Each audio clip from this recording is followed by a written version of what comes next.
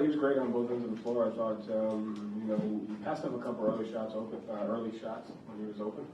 And then, he got him in rhythm and he was able to make a couple. But, another guy that, regardless of how well he shoots, he'll be defined by the other stuff that he does, the rebounding, the defense, the loose ball that he chased down, the charge that he took, and the crashing. So, I just thought he played a well-rounded game. It seemed like a few guys kind of passed up some shots. I know that's one of the things that probably upsets you the most. What was going on there? Is it just like a hesitancy, guys who don't normally play, trying to think too much? Or no, I think at the beginning they had switched defenses from man to 3-2 to triangle and 2, and I think that just kind of, you take an extra second to kind of see what the defensive coverage is, and is it the right shot at the right time? And so I think once we're able to just get into a rhythm, regardless of the defense, I think they're able to step into his home. So definitely fix that. You went 2-8-0 for Baylor tonight. Is it a way to acknowledge his good game, to getting in rhythm and open space? Yeah, I think that's one way to do it. At the same time, just have, he's playing well. He did things that impacted me. And, I feel like those were good opportunities against a good shot. You talked about being demanding of Nimi and grateful that he allows you to coach him that way. What were the points of emphasis when you were getting on him in the first half, and what did you think of his bounce back?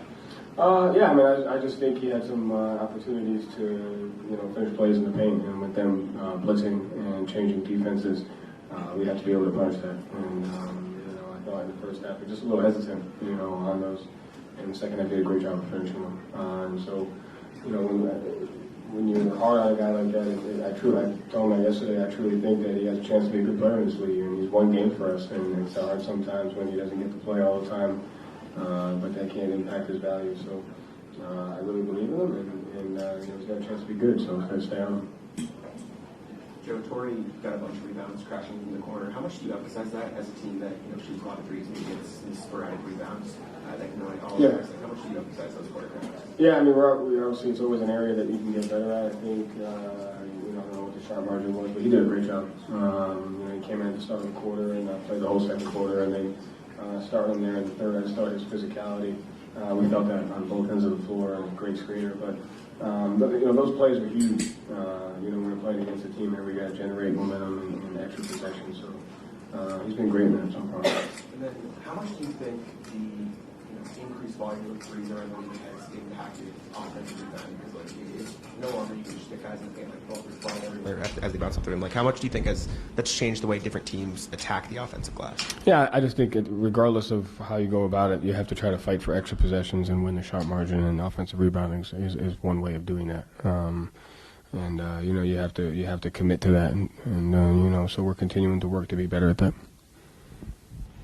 Joe, you guys have the Lakers coming up on Saturday. You guys are playing well. They're playing really well.